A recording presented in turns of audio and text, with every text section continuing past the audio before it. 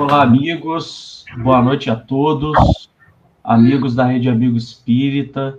Estamos iniciando hoje um estudo muito especial, que é o estudo das parábolas de Jesus à luz da doutrina espírita.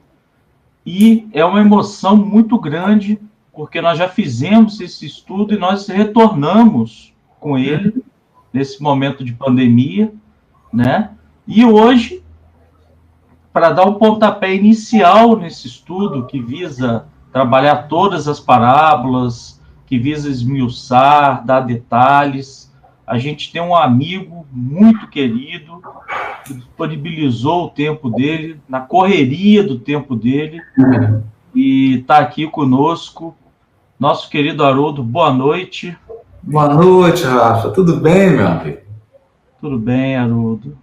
Boa noite a todos que nos acompanham aí, da Rede Amigo Espírita.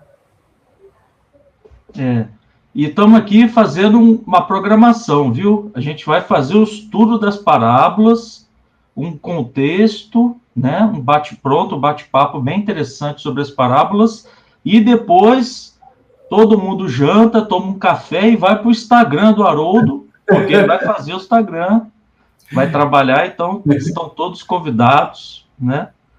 Para as 9 horas estarem lá no Instagram do Haroldo também.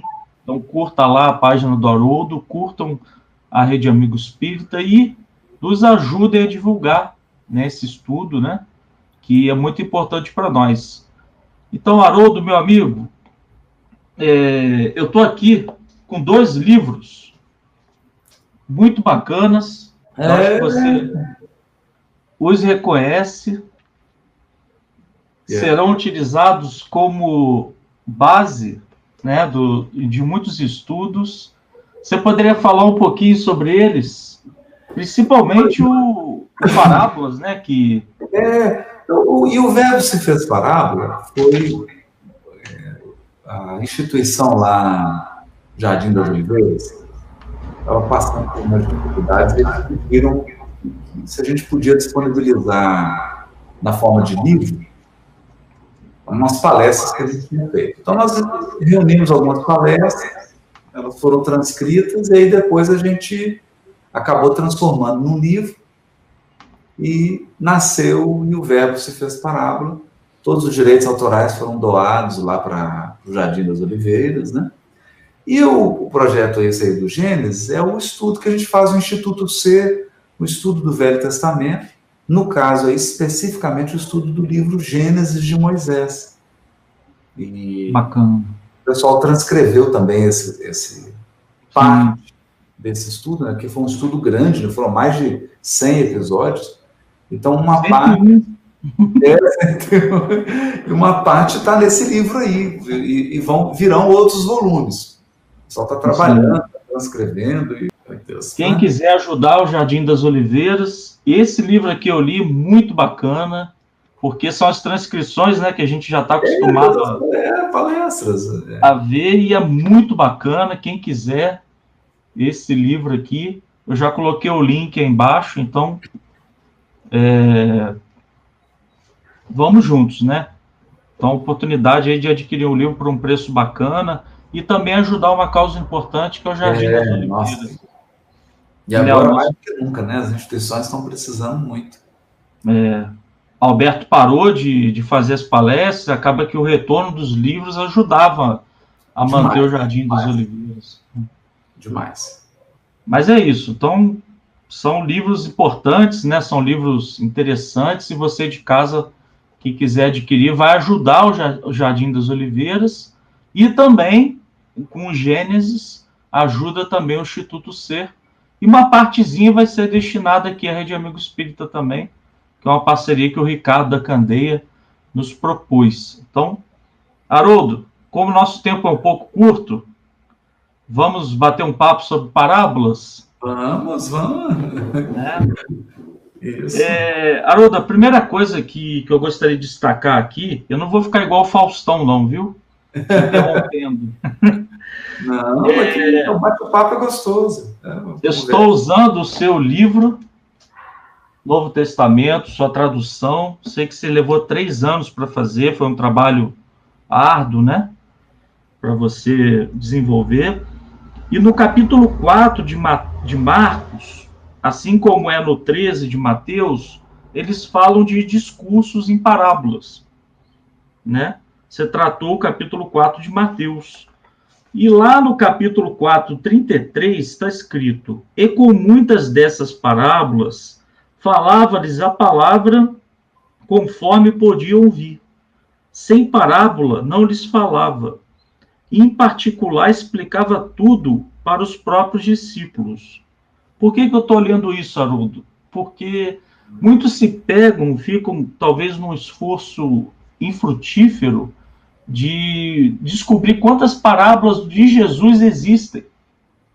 Só que eu tenho algumas aqui, em Amélia Rodrigues, o próprio Emmanuel fala uma diversidade de parábolas, né? Mas nem que você percebe essa questão do número de parábolas e da quantidade, né? Como é que o Cristo utilizava essas parábolas para se comunicar? Isso está lá, o João Evangelista nos fala sobre isso. Se fosse escrever tudo o que Jesus disse e tudo o que Jesus fez, ele diz assim: penso que nem toda a terra caberiam os livros, né? Não seria suficiente para caber todos os livros. Então, a gente precisa ter essa ideia de que, durante 3 anos, todos os dias, Jesus estava encontrando pessoas, estava encontrando a multidão e falando e conversando. Então 2 coisas que nós precisamos perder a ilusão é de achar que Jesus só falou o que está descrito nos evangelhos. Então, esse é o primeiro ponto. Os 4 evangelhos, eles têm um registro aí talvez de 0,00001% do que Jesus falou.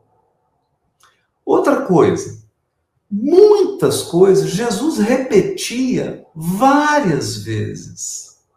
Várias vezes.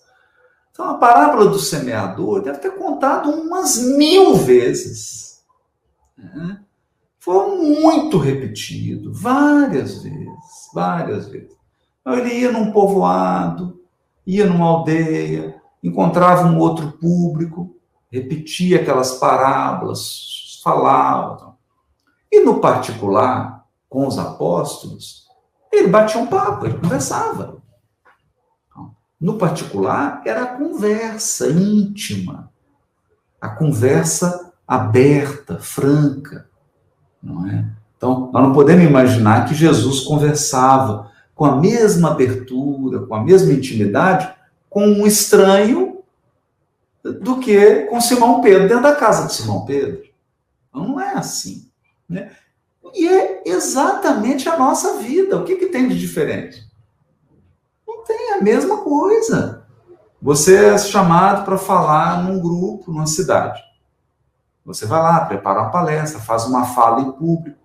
Mas quando você está ali na casa dos amigos, jantando, se preparando para recolher, você está batendo um papo ali, é totalmente diferente o jeito de falar do que foi a palestra. Não tem como ser diferente, não é?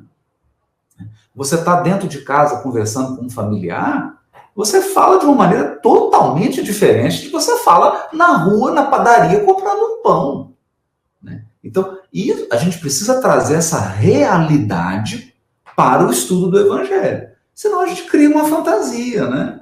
Acha que Jesus estava 24 horas por dia fazendo palestra, né? Verdade. É verdade, Haroldo. E eu tenho aqui o livro Vivendo com Jesus, de Amélia Rodrigues, que aqui ela fisgou uma parábola que não está no Novo Testamento. E olha que interessante. O reino dos céus, isso foi dito por Jesus, segundo o Espírito Amélia Rodrigues, né? Psicografado pelo Divaldo. O reino dos céus é semelhante a um homem que saiu a semear e que experimentou a rudeza da terra, vencendo-a pelo trabalho, a canícula causticante, superando-a e colocou as suas sementes no colo amigo do solo, cuidando através da irrigação, resguardando-a de pragas e mau tempo, quando ressurgiu em débil plântula de esperança, até que se transformou em vida exuberante, a ornar flores e frutos, oferecendo sombra e apoio.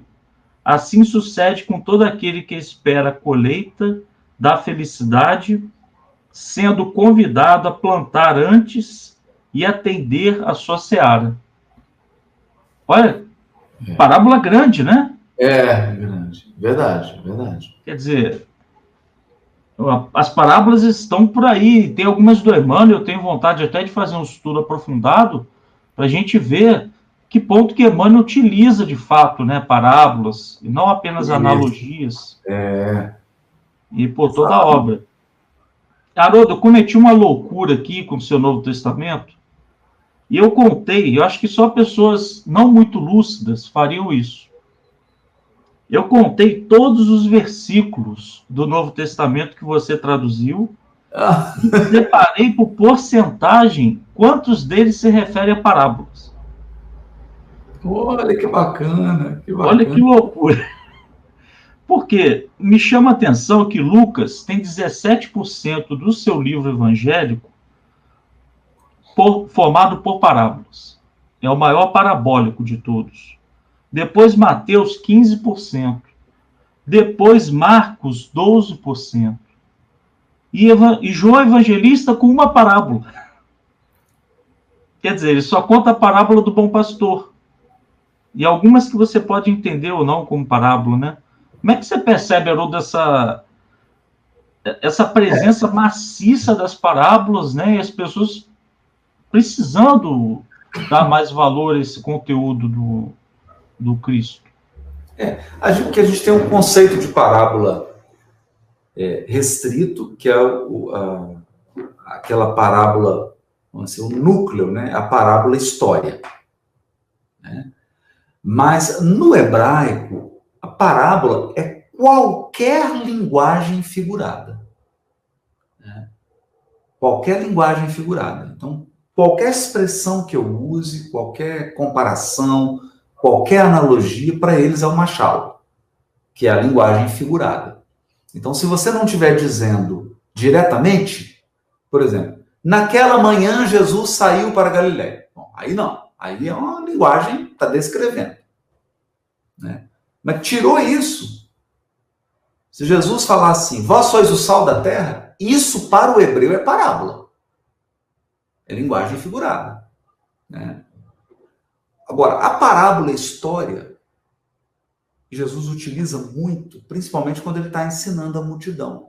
Porque é uma coisa muito, muito interessante. Nós gravamos muito a história. A história é algo muito poderoso. Quando você está numa aula, está numa palestra, e você conta uma história, grava muito mais do que você ficar 1 hora falando do conceito. Porque com a história a pessoa se identifica.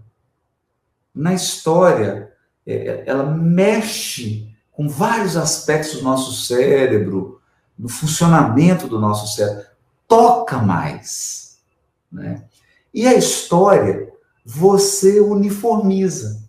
Porque a história, pessoas de várias culturas, de vários graus de inteligência, de vários graus de estudo, todo mundo entende. Uns vão entender mais, vão tirar mais conteúdos, outros vão entender menos, mas todo mundo entende. Uma boa história, ela faz um bom efeito em qualquer plateia. Né?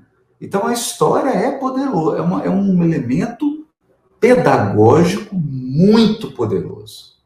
E Jesus utilizava demais. Por quê? Porque ele estava falando de coisas muito abstratas. Ele estava falando de realidades muito profundas e espirituais para pessoas, como diz Emmanuel, né, muito materializadas. A humanidade ainda estava numa fase muito imatura no que diz respeito às questões espirituais. Seria muito difícil para aquelas pessoas compreenderem. Né? Para nós, hoje, já é um pouquinho difícil, imagina para eles. Né?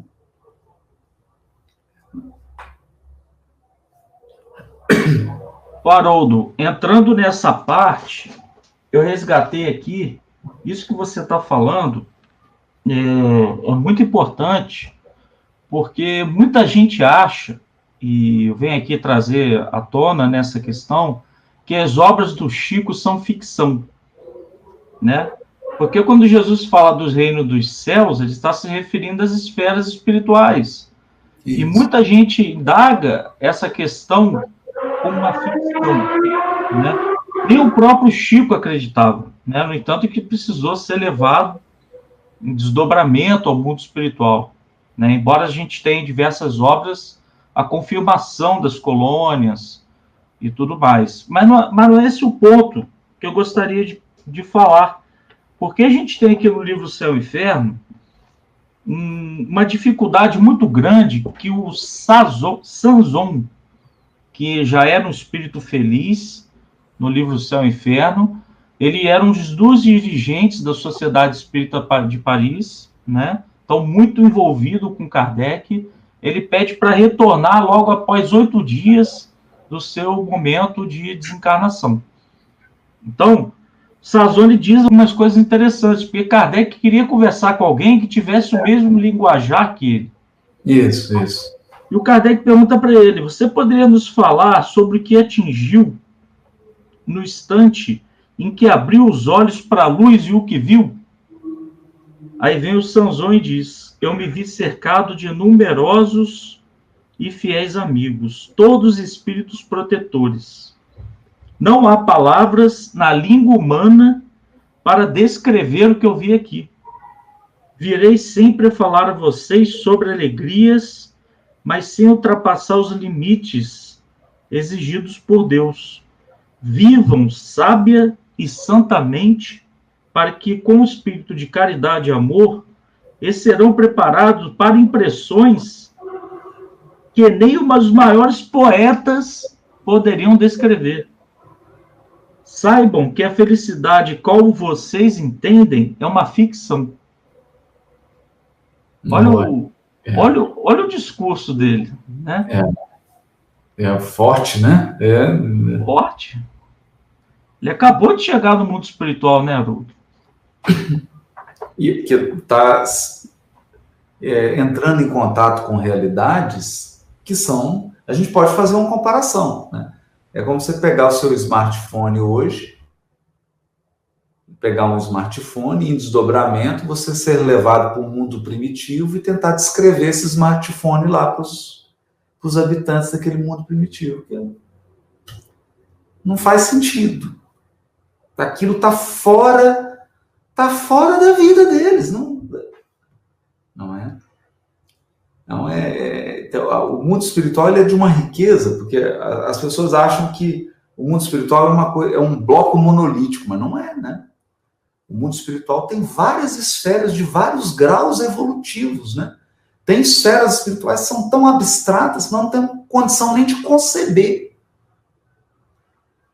Então, é um continente a ser explorado. É como se você chegasse num novo continente. Muita coisa, né? E é difícil para compreender. Agora você imagina Jesus, há 2.000 anos, falando para um tipo de linguagem aramaica que você bem conhece, que é uma linguagem pobre, né? Uma linguagem difícil, né? E ele expressava em um versículo um ensinamento monstruoso, gigantesco, né? Que nós poderíamos nos falar. Mas, Haroldo, reino dos céus, como é que a gente poderia entender, né? Porque toda parábola, a maior parte delas, surge a partir disso, né? Surge a partir disso, exatamente. Então, esse é o conceito central do Evangelho. O conceito central do Evangelho é o conceito de reino de Deus ou reino dos céus. E quando Jesus diz isso, ele está fazendo uma oposição. É como dia e noite, não é? O reino dos céus ou o reino de Deus é o dia e o reino humano é a noite. Está fazendo uma oposição. Quais são as características do reino humano, do reino dos encarnados? Egoísmo, orgulho, inveja, despeito, maldade, vício, apego, vaidade. Então, esse é o reino dos homens. Esse é o reino, uma estrutura em que o ser humano comanda. E Jesus está dizendo de uma realidade, de um reino, onde os habitantes entregaram o comando para Deus. Essa é a diferença. Então, o que Jesus está descrevendo, ele falou, olha, a maneira como vocês vivem aqui, o lar de vocês, a família, a sociedade, as cidades de vocês, tudo a maneira como vocês vivem, não é como nós espíritos, que já estamos harmonizados com a lei divina, vivemos. A gente não vive como vocês. Nossa vida é diferente. Porque a nossa vida é uma vida em que nós aprendemos a, primeiro, construir uma relação com Deus. Segundo, consultar Deus antes de agir. E agir de conformidade com os desígnios divinos. Então, o dia que o reino de Deus se implantar na Terra, não tem mais expiação, não tem mais miséria,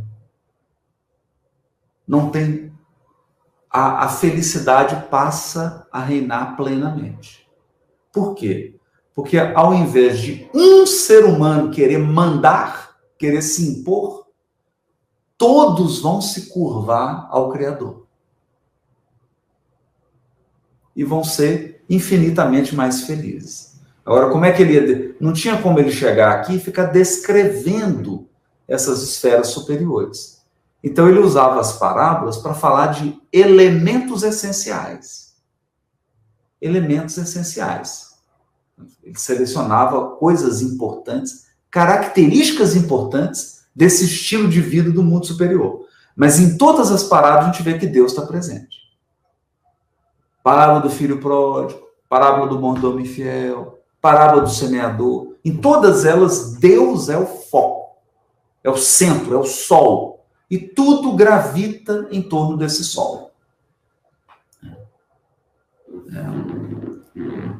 E Haroldo, é bom lembrar que lá no livro Boa Nova, psicografado por Chico, né, que Tadeu, se eu não me engano, se foi Tadeu ou Bartolomeu, em um momento ele diz a Bartolomeu, é Bartolomeu, que você acha que eu não viria ao mundo sem a certeza, né, de que o reino de Deus seria estabelecido, né? Exato. É uma forma bonita, né? Porque, dizendo de uma forma clara, a evolução ela não é opcional. A evolução é um determinismo divino. E os mundos estão sujeitos ao processo evolutivo. Isso não é opcional. É só uma questão de tempo. Né? Porque às vezes as pessoas acreditam, não, a Terra não tem jeito, né? Falhou, vai ficar. Não. Né? O progresso da Terra, ele vai acontecer e ponto final. Ele vai acontecer, ponto final. Conosco ou sem nosco. Mas ele vai ocorrer. Perfeição é o destino, né? A escalada do monte, né? Haroldo, tem uma palestra sua, você sabe que eu assisti todas, né? Pois é. E transcrevi quase todas. Tá tudo guardado. Tem uma que você disse que você foi conhecer o seu Honório Abreu, você levava uma fita cassete.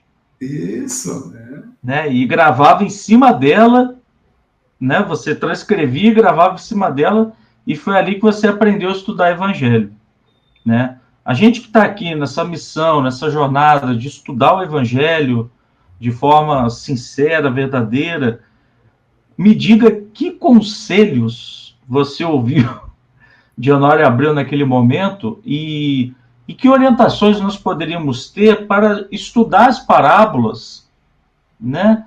Para que a gente não se perca em detalhes, em questões desnecessárias, para que a gente vá de fato ao cerne da oportunidade de estudar um texto de uma escritura valiosa, né? Da moral do Cristo. Eu acho muito importante, Rafa, eu aprendi isso com o Honório, né? Ele fazia isso muito bem. É o seguinte: quanto mais a gente olhar para a realidade, quanto mais a gente olhar para a vida prática, mais a gente aprende Evangelho. Não é? Porque o risco, se a pessoa ficar só estudando o texto do Evangelho, ele perde o contato com a realidade. E o Evangelho é vida. Ele é vida. Então, é na família, no trabalho, é na vida cotidiana que está a riqueza do Evangelho. Foi dali que Jesus tirou o Evangelho. Não foi o contrário. Né? Então, o grande problema é o problema nosso de 2000 anos. Que a gente ficou recluso num mosteiro achando que ia compreender o Evangelho, fora da vida. A gente se ausentou da vida achando que compreenderia melhor o Evangelho. E não é isso, né? Então, por que o Cristo não chamava os apóstolos, fazia um círculo lá e ficava o dia inteiro fazendo palestra? Por que Jesus acordava antes do sol nascer e ia pescar com os apóstolos? Pescar. Né? Por que Jesus iniciou o Evangelho numa festa? Ele podia ter iniciado numa sinagoga, não podia? Ter recolhido, feito todo mundo fazer um jejum, colocar todo puritanismo, né? Não, começou numa festa de casamento. Então, se a gente perde esse contato com a vida, com a realidade, as nossas palavras do Evangelho ficam vazias, elas ficam frias, elas ficam parecendo bloco de gelo. Porque o Evangelho é vida. Né? E quanto mais a gente vai aprendendo, você vai olhando para a vida, você vai ficando cada vez mais refinado. Né? Porque ele estava para a vida. Ele fala a parábola do semeador é o quê? É os tipos de pessoas que existem. Tem gente que você fala, a pessoa não ouve nada. Não entra nada. Ele está falando de gente. Então, a parábola do semeador está falando de ser humano. Então, se você não convive, se você não está olhando para o ser humano, você não vai aprender nada de parábola. Essa é a grande dica. Né? Ou seja, a gente tem que sair um pouco dos livros, embora saibamos que a leitura é fundamental, né, Haroldo? E é um movimento que acontece tanto lá em Sacramento, que a gente fala da espiritualidade, né, da melhora do sentimento, porque, de fato, nós já lemos bastante. Talvez aqueles que estejam entrando na doutrina agora ainda precisem ler, né, mas aquele contato mais íntimo com o Evangelho e olhar para a sua vida com o Evangelho na mão, talvez seja uma tarefa ainda muito difícil, né? Exatamente. E o sentimento, né? E a outra asa. Exatamente. É por isso que a gente precisa conjugar tudo, né? Olhar para a vida, eu digo que é olhar para a vida com o olhar do Evangelho. Esse é o desafio. Não é? Olhar para a vida com o olhar do Evangelho. Porque aí nós vamos realmente transformar, porque senão, às vezes, senão a gente pode se confundir. Jesus não quer doutores em Evangelho. Jesus quer Evangelho vivo. Ele quer transformar cada um de nós num Evangelho vivo. As cartas vivas, né? É isso. Essa é a proposta espírita, né? Isso aí. Né? E às vezes é tão difícil, né, para as pessoas que estão há muito tempo lendo, né? E eu estou revendo agora, Haroldo, a novela da Record, Jesus, e o bacana da novela é que eles mostram a parábola com os personagens. É bem legal, é bem interessante. Ele está falando todas a parábola do bom samaritano. Ele mostra o samaritano, um homem caído, que saiu de Jerusalém, foi para Jericó, né? E é muito lindo. E os apóstolos vendo, como é que, né? João Evangelista querendo descer com a língua de fogo na hospedaria que não o recebeu, é fantástico, né? Para a gente entender. Dá, né? uma vivacidade, né? Dá, é muito rico. É lógico que os personagens não são exatamente aqueles, tem muita coisa... Não, lógico, tem uma licença, né?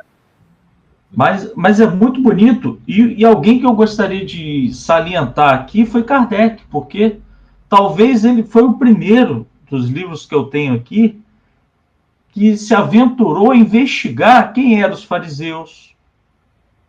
Lá no Evangelho segundo o Espiritismo, né? Sim, sim.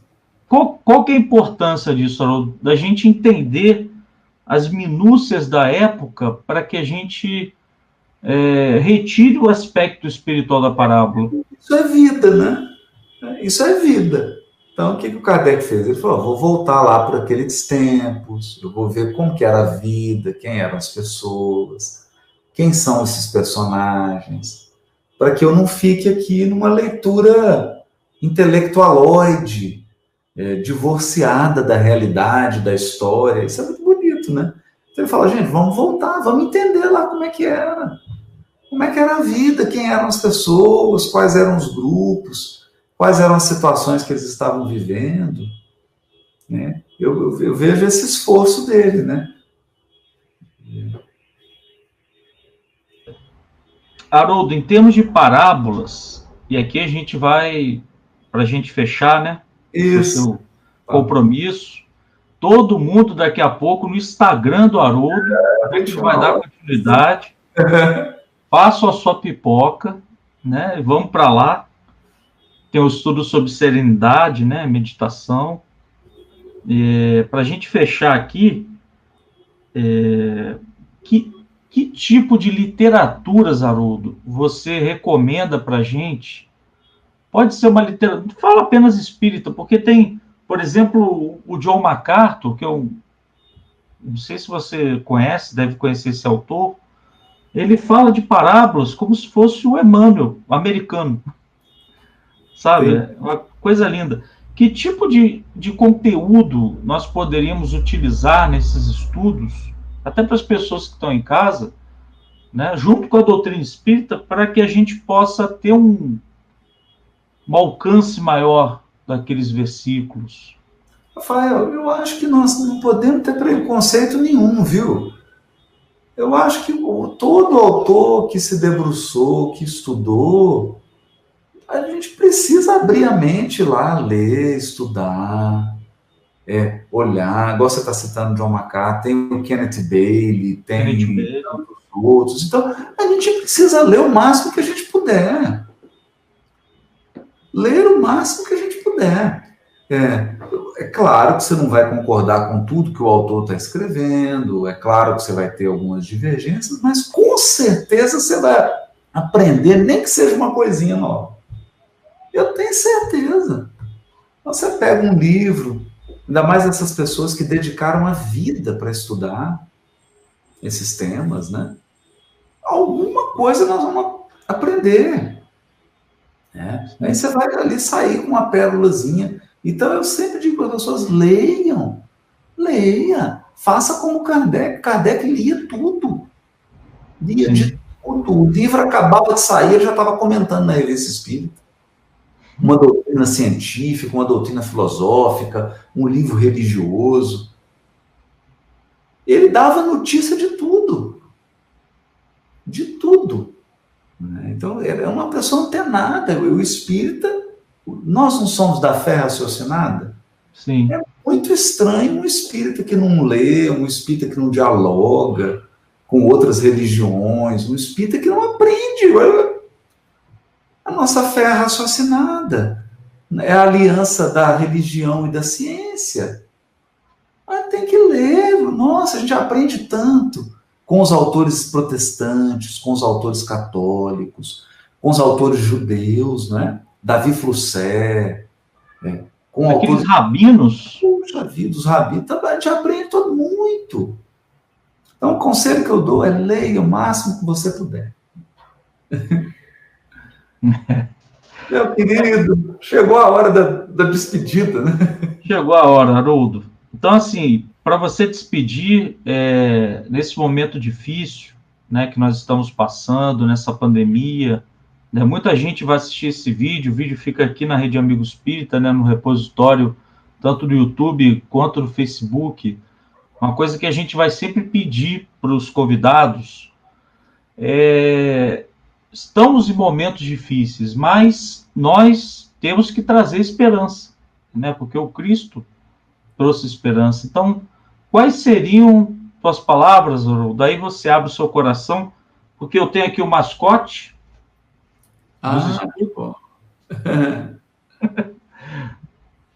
Quais seriam suas palavras para as pessoas que estejam assistindo, né? E de esperança, de conforto, de alívio, né? Porque muitas pessoas que entram aqui nas lives estão desesperadas, né? O que você poderia trazer para a gente? Lembrar, Rafael, os fundamentos do que nós aprendemos. Nós somos espíritos imortais, viemos para cá com data de encarnação e data de desencarnação. Então, todos nós regressaremos. Todos tomamos um corpo material, sabendo que vínhamos aqui corrigir alguns aspectos e edificar outros. Que a gente não se deixe impressionar por desencarnações coletivas. Todos vamos desencarnar. Todos nós. Ninguém vai permanecer encarnado. Que a gente não se deixe abater por doenças, por problemas. Por quê? Nós reencarnamos para viver provas e expiações. Porque são elas que vão lapidar nosso espírito imortal. E, acima de tudo, a nossa moradia, a nossa pátria é o mundo espiritual. É o mundo espiritual. Então, tenhamos a esperança de que tudo isso vai passar. E nós estamos sendo educados para a luz e para a felicidade. É isso que nos fortalece, é essa esperança que nos sustenta. É ela. E a gente deve caminhar com ela. Então é isso. Haroldo, meu amigo, obrigado por estar aqui. Zé Aparecido ficou muito feliz. Ele estava aqui embaixo. Ele é anônimo. Tá.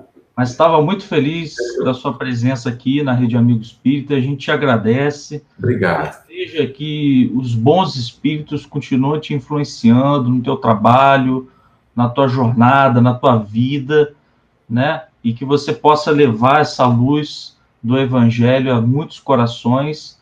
E a gente está esperando aquela carta de Paulo, viu? Ah, não, tá saindo. Vai ser com o Saulo, que ele veio aqui.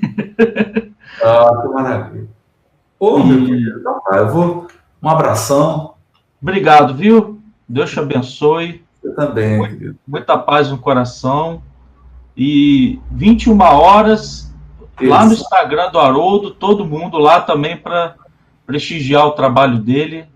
para falar um pouco sobre serenidade, meditação, que também é muito importante para a notícia. E toda quarta, às 21h30, a gente vai estar estudando uma parábola de Jesus.